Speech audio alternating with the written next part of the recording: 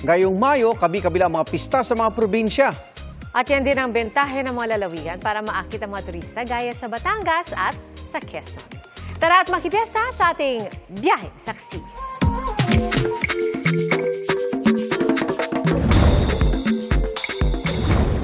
Ang magandang tanawin ng San Juan, Batangas, perfect backdrop para sa fluvial parade na bahagi ng pista ni San Juan Nepomuceno. Halos 80 makukulay na sasakyang pandagat ang naglayag. Ito po ay isang pasasalamat sa ating mahal na patron San Juan Nepomuceno sa patuloy na paggabay at biyaya sa ating karagatan. Hindi lang sa dagat nagprosesyon, daan-daang deboto rin at 6 na karosa ng iba't ibang imahen ang umikot sa mismong parokya. At sa pagtatapos ng pista, nagpasiklab sa kalangitan ang makulay na fireworks display. Para naman kay San Isidro Labrador na patron ng mga magsasaka, ang kabi-kabilang pista sa Quezon. Ang pagpupugay sa kanya sa lungsod ng Tayabas, perfect sa mga may sweet tooth. Pinagkaguluhan ng Yema pati ang Suman. Ibinida nila ang mga ito sa kanilang Mayohan Festival 2024. Mga kalabaw naman ang nagbigay pugay kay San Isidro Labrador sa Talavera, Nueva Ecija. Rumampa hindi sa catwalk kundi sa Carabao Walk ang 300 imported at native na kalabaw na sabay-sabay lumuhod sa harap ng simbahan. May pakontes din sa paramihan na makukuhang gatas mula sa kalabaw.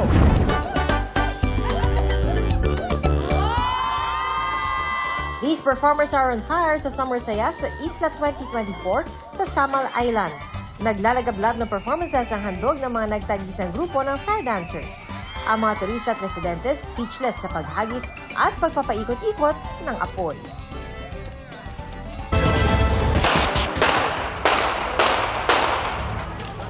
Huli ka mang malapit ang pamamaril ng isang lalaki sa Prime Minister ng Slovakia habang binabati ang ilang taga-suporta. Critical ngayon ang lagay ni Prime Minister Robert Fico matapos operahan dahil sa 5 tama ng bala. Ang suspect na si 71 anyos agad nadakip at inihabla ng attempted murder. Kinundina ng ilang world leader ang assassination attempt. Nangyari ang krimen sa isang bayan matapos pangunahan ng punong ministro ang isang government meeting. Politika ang tinitingnan motibo sa krimen, bagamat tingin ng mga otoridad, mag-isa lang ang suspect na dati raw sumama sa mga protesta kontra gobyerno.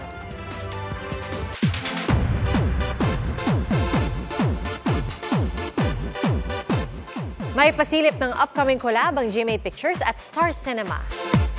Bagong ambassador naman ng Philippine Red Cross, si Michelle D. At narito ang showbiz saksi ni Lar Santiago. Mula sa pagiging advocate ng autism awareness at kinatawan ng Philippine tourism sa mundo, ngayon, ambassador na rin ng Philippine Red Cross, si Sparkle Beauty Queen, Michelle D. Being able to utilize my platform and my sphere of influence to positively impact the lives of so many, that's always at my core. That's the reason why I joined pageantry. Para sa contract signing, dressed for the occasion in her red suit, si Miss Universe Philippines 2023. Present sina GMA Network Senior Vice President, Attorney Annette Gozon Valdez at Sparkle Vice President Joy Marcelo. Gayun din ang Chairman and CEO ng Philippine Red Cross na si dating Senador Richard Gordon. She really embraced the idea of being a brand ambassador, a voice of Red Cross, because she really believes in the ideals and causes of Red Cross. Magte-take off na ang collab ng GMA Pictures at Star Cinema. Naglabas na nga ng patikim na video ang GMA Pictures. Kung ano yan, abangan daw this Sunday, May 19 at 6 p.m. Love wins para kay Medwin Marfil. Di lang niya muntik na abot ang langit. Nahanap na ng frontman ng 90s OPM band na True Face ang kanyang perfect one. Ikinasal na kasi siya sa California-based partner na si Mark Angeles. Sabi ni Medwin sa kanyang post, "It was a beautiful day." Would have thought na si Zayn Malik ilang beses na kick out sa isang dating app. Kwento ng ex-One Direction member sa isang magazine interview. Sa ilang beses niyang paggamit ng app para sana makipag-date, inakusahan siya ng ilang user ng catfishing o paggamit ng larawan ng iba para sa kanyang profile pic. For now, ini-enjoy muna ni Zayn ang kanyang single life.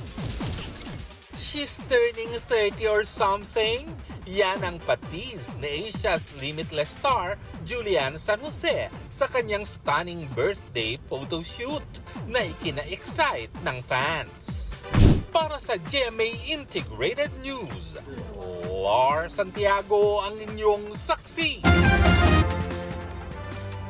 May isa pang pares sa mga paa ang bagong silang na bakang yan sa Santa Barbara, Pangasinan. Parehong tumubo sa likuran ang mga paa. Bagamat ang isa ay hindi pa lubusang nabuo. Ay sa may-ari ng baka, nagulat sila sa lagay ng guya o batang baka, lalo't maayos daw ang pagpapalaki at pag-aalaga nila sa ina nito.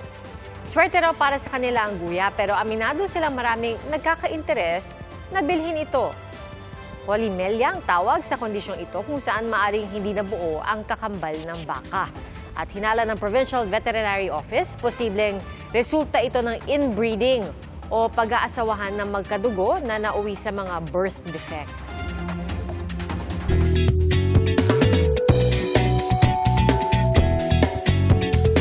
May paligsahan sa Hong Kong kung saan nag-uunahan ng mga kalahok sa pag-akyat sa isang tore.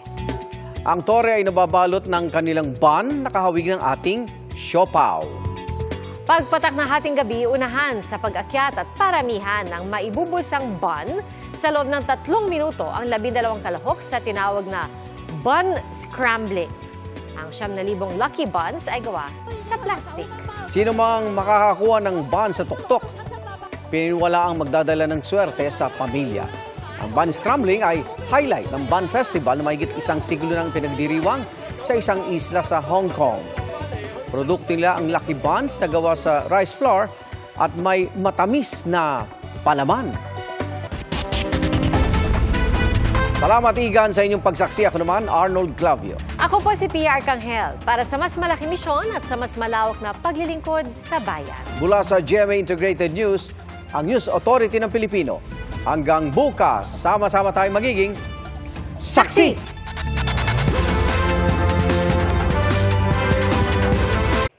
Mga kapuso, sama-sama tayong maging saksi. Mag-subscribe sa GMA Integrated News sa YouTube at para sa mga kapuso abroad, samahan niyo kami sa GMA Pinoy TV at sa www.gmanews.tv.